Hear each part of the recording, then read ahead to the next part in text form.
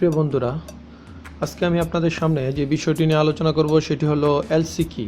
কীভাবে এলসির মাধ্যমে বিদেশ থেকে পণ্য আমদানি করতে হয়, কিভাবে এলসি ব্যাংকে ওপেন করতে হয় এবং কিভাবে এলসি করার জন্য যে সমস্ত ডকুমেন্টসগুলো প্রয়োজন সেগুলো তৈরি করতে হয়। তো প্রথমে আসি এলসি কি। এলসি হলো আন্তর্জাতিক বাণিজ্যের প্রধান মাধ্যম। এটাকে বাংলায় ঋণপত্র বলা হয়। আপনি ব্যবসার প্রয়োজনে বাইরে থেকে পণ্য আনতে এলসি করতে হবে। অন্য দেশ থেকে পণ্য ইম্পোর্ট করার জন্য আপনাকে এলসি বা লেটার অফ ক্রেডিট করতে হবে। এলসিকে ইংরেজি ভাষা লেটার অফ ক্রেডিট বলে। এবার আসুন কোথা থেকে এলসি করতে হয়। তো প্রথমে আপনাকে যেটি করতে হবে, প্রথমে কোনো বাণিজ্যিক ব্যাংকে গিয়ে আপনার কোম্পানির নামে অ্যাকাউন্ট খুলতে হবে। আর বাণিজ্যিক ব্যাংকের শুধুমাত্র এডি ব্রাঞ্চ যেগুলো আছে সেগুলোতে এলসি করতে হবে। এরপর আপনার যেটি করতে হবে, এক্সপোর্টার থেকে একটি পিআই আনতে হবে। পিআইয়ের মধ্যে পণ্যের বিবরণ, দাম, এক্সপোর্টার এবং ইম্পোর্টারের সকল তথ্য থাকবে। এবার সেই পিআই আপনি ব্যাংকে প্রদর্শন করলে ব্যাংক আপনাকে একটি এলসি ফর্ম দিবে এবং আপনার এখন কাজ হচ্ছে সেই ফর্মটি আপনার পিআই অনুযায়ী পূরণ করে ব্যাংকে জমা দেওয়া লাগবে। তো আপনি যে ব্যাংকেই এলসি করতে যান সেখানে গিয়ে অবশ্যই আপনাকে প্রথমে জিজ্ঞেস করতে হবে যে এলসি তারা আপনার এলসি নেবে কিনা বা তাদের ব্রাঞ্চ থেকে এলসি করা যায় কিনা, সেটা অবশ্যই এলসি করার আগে জিজ্ঞেস করে নেবেন। তারপরে সেটা হচ্ছে এলসি কয় প্রকার। আসলে এলসি বিভিন্ন ধরনের হয়ে থাকে, যেমন import LC, export LC, revocable LC, irrevocable LC, confirm LC ইত্যাদি ইত্যাদি বিভিন্ন ধরনের এলসি হয়ে থাকে।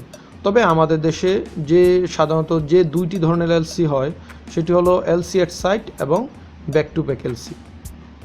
সাধারণত এই দুইটি এলসির মাধ্যমে কাস্টমারের যিনি ইম্পোর্ট করবেন তার যে টাকাটার তিনি বিদেশে পাঠাবেন সেই টাকার ব্যাংক নিরাপত্তা দিয়ে থাকে। তো এলসি করার জন্য আপনার প্রথমে যে বিষয়টি প্রয়োজন সেটা হলো আইআরসি। তো কিভাবে আইআরসি করবেন? আইআরসি করতে হলে প্রথমে আপনাকে যেটি করতে হবে সেটি হলো প্রথমে সোনালী ব্যাংকের শাখায় গিয়ে আইআরসির জন্য শিডিউল ফি জমা দিতে হবে। প্রথমে হলো আমদানি রপ্তানি চিফ কন্ট্রোলার অফিস থেকে ফর্ম সংগ্রহ করতে হবে। তারপরে সেই ফর্ম নিয়ে বাংলাদেশ ব্যাংক বা সোনালী ব্যাংকের শাখায় শিডিউল ফি জমা দিতে হবে।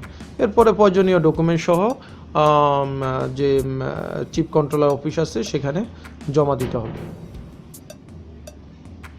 এবার আসুন আইআরসি করতে কি কি ধরনের কাগজপত্র লাগবে। প্রথমে যেটি লাগবে সেটি হলো ট্রেড লাইসেন্স। অবশ্যই আপনার ট্রেড লাইসেন্স থাকতে হবে। তারপর হলো পাসপোর্ট সাইজের 3 কপি ছবি। তারপর হচ্ছে টিন নাম্বার, যেটাকে আমরা ট্যাক্স আইডেন্টিফিকেশন নাম্বার বলি। চেম্বার অফ কমার্স ইন্ডাস্ট্রিজের সংশ্লিষ্ট অ্যাসোসিয়েশন হতে মেম্বারশিপ সার্টিফিকেট লাগবে। তারপরে ট্রেজারি চালানের মূল কপি, যেটা আপনি সোনালী ব্যাংকে টাকা জমা দিয়েছেন।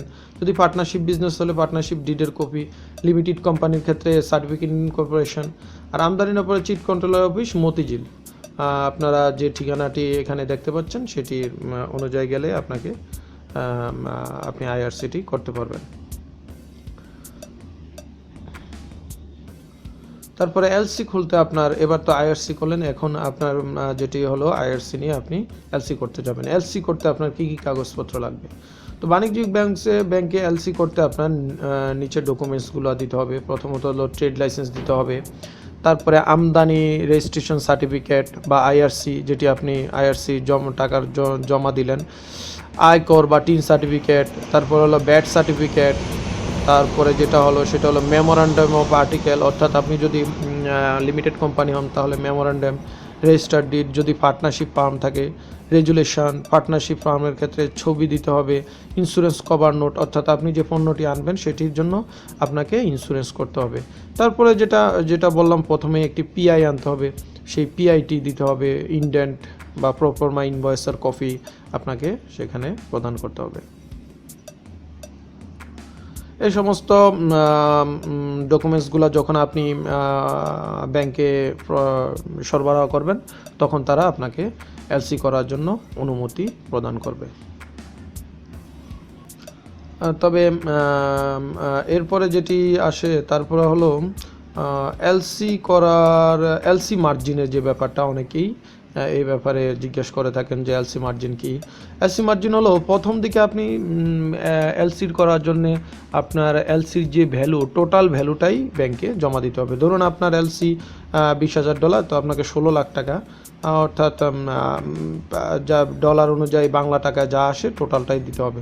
তবে যখন আস্তে আস্তে আপনার ব্যাংকের সাথে সম্পর্কটা ভালো হবে তখন 10 থেকে 20% মার্জিন দিয়ে আপনি এলসি খুলতে পারবেন। এলসি খোলা যাবে, সেটা আপনার সাথে আপনার ব্যাংকের সাথে ব্যবসায়িক সম্পর্কের এবং আপনার লেনদেনের উপরে নির্ভর করবে।